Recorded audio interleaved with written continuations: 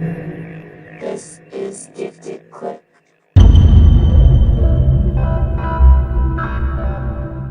What's up, Click Fam? Right now, we got my girl here, Wasabi. What's up, Wasabi? Hi, how are you? I'm good. So where you from? I'm from New York. I'm from Queens.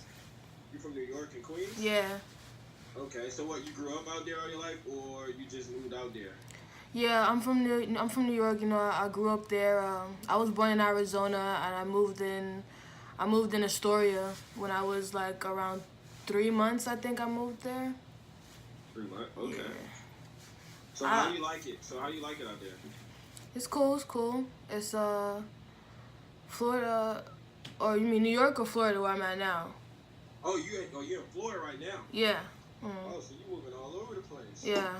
So how long you been out there in Florida? um, I would say going on 3 years in August. Okay. So how you like the scene out there?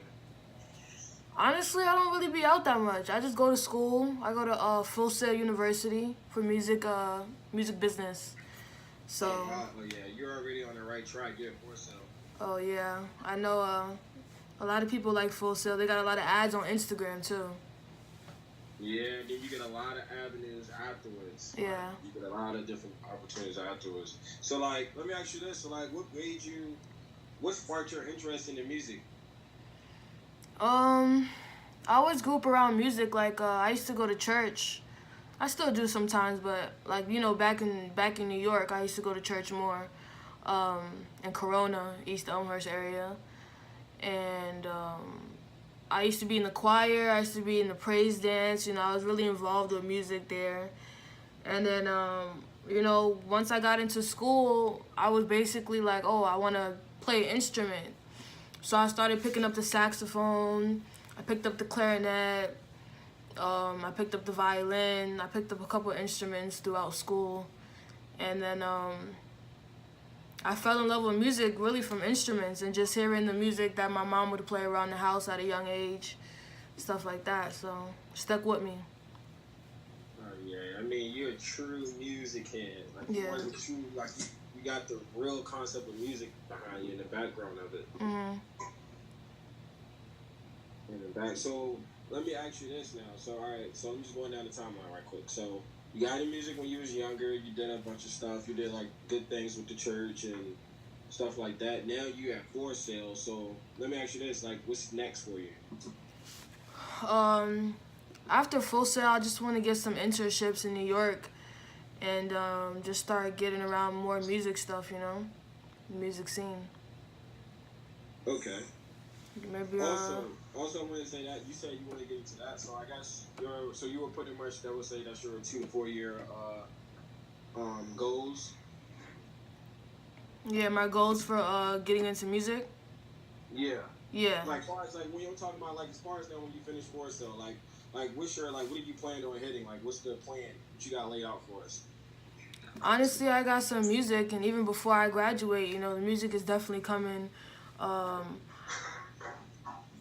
I got some things, some different songs, and I'm still in the process of writing too.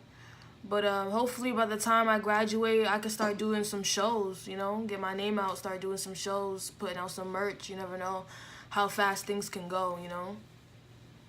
Exactly. Yeah. Exactly. What's your favorite part about making music, though? I would say like playing with like the background vocals when it comes to music, and just like like if you have headphones on or if you have like speakers where there's a left and right speaker and you have like the sound bouncing off both ears, just like the little stuff like that while you're listening to a song you don't notice at first, but then maybe you give it another listen or two and you hear the little stuff in the background that draws you in even more. That's the my favorite part, is just getting those details in. Oh yeah. Yeah, I can tell already you're gonna go far, especially in the music game for one, because you got such a strong background. But you know exactly like what you're talking about, and you have everything like down packed. It's just a matter of time before you take off on it. Yeah, for sure. Hopefully. Yeah.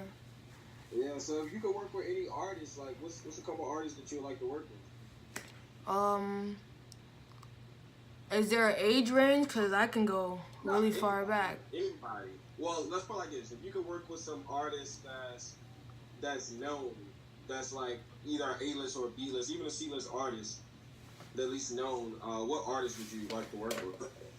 Um, I would say the artist Her.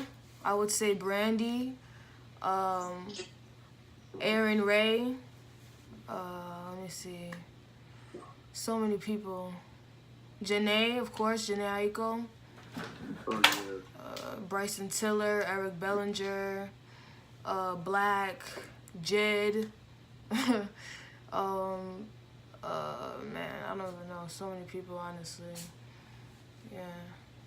Yeah, you already named a lot of dope artists. A lot of artists that's gonna make you some money with them, and you gonna make some money with a lot of money.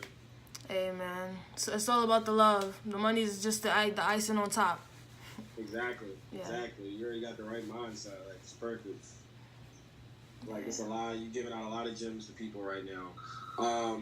So let me ask you this. Like far as like the music scene, well, you said you're kind of back from you're in Orlando now. Like once you finish school, where can you see yourself living at, or what music scene I should say is what music scene would probably be the best scene, the best fit for you? As far as markets, as in cities, I would say. I would say, like, just going back to New York.